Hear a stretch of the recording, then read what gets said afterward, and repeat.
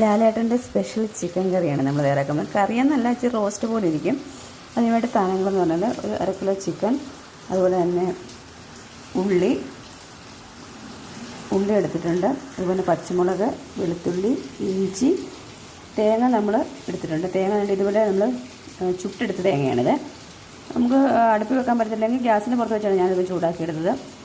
എന്നിട്ട് ഇത് നമുക്ക് എല്ലാം ഒന്ന് ചതച്ചെടുക്കണം. ഈ സാധനങ്ങളെല്ലാം ഒന്ന് ചതച്ചെടുക്കണം. പിന്നെ കറിവേപ്പില വേണം, ഉപ്പ്, പിന്നെ കുറച്ച് പൊടികൾ വേണ്ടെന്ന് പറഞ്ഞാൽ ചില്ലി ഫ്ലേക്സ്, കുരുമുളക് പൊടി, പെരുംജീരകത്തിൻ്റെ പൊടി, മഞ്ഞൾപ്പൊടി, അതുപോലെ തന്നെ ഗരം മസാല മണം പോകുന്നത് ഞാനിപ്പോൾ എടുത്ത് പുറത്തോട്ട് വെച്ചിട്ടില്ല.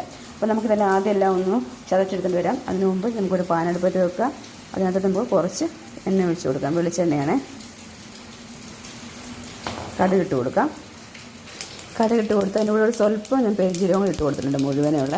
നമ്മൾ ഒന്നെങ്കിൽ നമ്മൾ ഇടികല്ല് വെച്ച് ഇടിച്ചെടുക്കുക, അല്ലെങ്കിൽ മിക്സിക്ക് അതിൽ അരഞ്ഞു പോകല്ല, ഒന്ന് കറക്കുകയോ ചെയ്തിട്ട് പെട്ടെന്ന് മാറ്റണം, അല്ലെങ്കിൽ അരഞ്ഞു പോകും കേട്ടോ. പൊട്ടി വന്നിട്ടുണ്ട്. നമ്മൾ ഇടിച്ച് വെച്ചേക്കുന്ന ഇതെല്ലാം ഇട്ട് കൊടുക്കാം. ഒന്ന് വാടി വരാൻ വേണ്ടി ഞാനൊന്ന് മൂടി വെച്ച് കൊടുത്തിട്ടുണ്ട്. പിന്നെ മൂത്ത് വന്നിട്ടുണ്ട്. നമുക്ക് പൊടികളെല്ലാം ചേർത്ത് കൊടുക്കുക. ഗരം മസാലകൾ ഇട്ട് കൊടുക്കുന്നുണ്ട്. ഒന്ന് വഴറ്റി കൊടുക്കുക.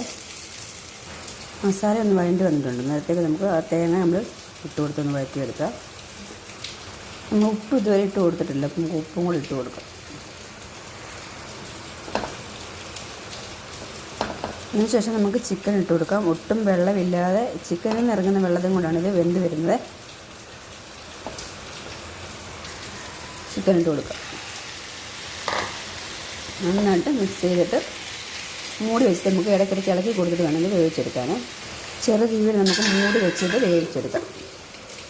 അങ്ങനെ നമ്മുടെ മോഹൻലാൽ സ്പെഷ്യൽ ചിക്കൻ കറി ഇവിടെ റെഡി ആയിട്ടുണ്ട്. ചിക്കൻ ഞാൻ പറഞ്ഞ കറിയല്ല, റോസ്റ്റ് പോലാണ് ഇരിക്കുന്നത്. ആ തേങ്ങ നമ്മൾ തേങ്ങ ഇട്ടുകൊണ്ട് നമ്മൾ തോരനൊക്കെ വെച്ചേക്കുന്ന പോലെ ഇരിക്കുന്നത് കേട്ടോ.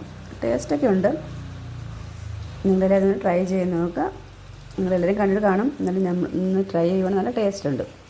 ചാറ് കറി കൂട്ടുന്നതിനേക്കാട്ടി എരിവൊക്കെ ഉണ്ട്. കൊള്ളാം. മസ്റ്റ് ട്രൈ ആണ്.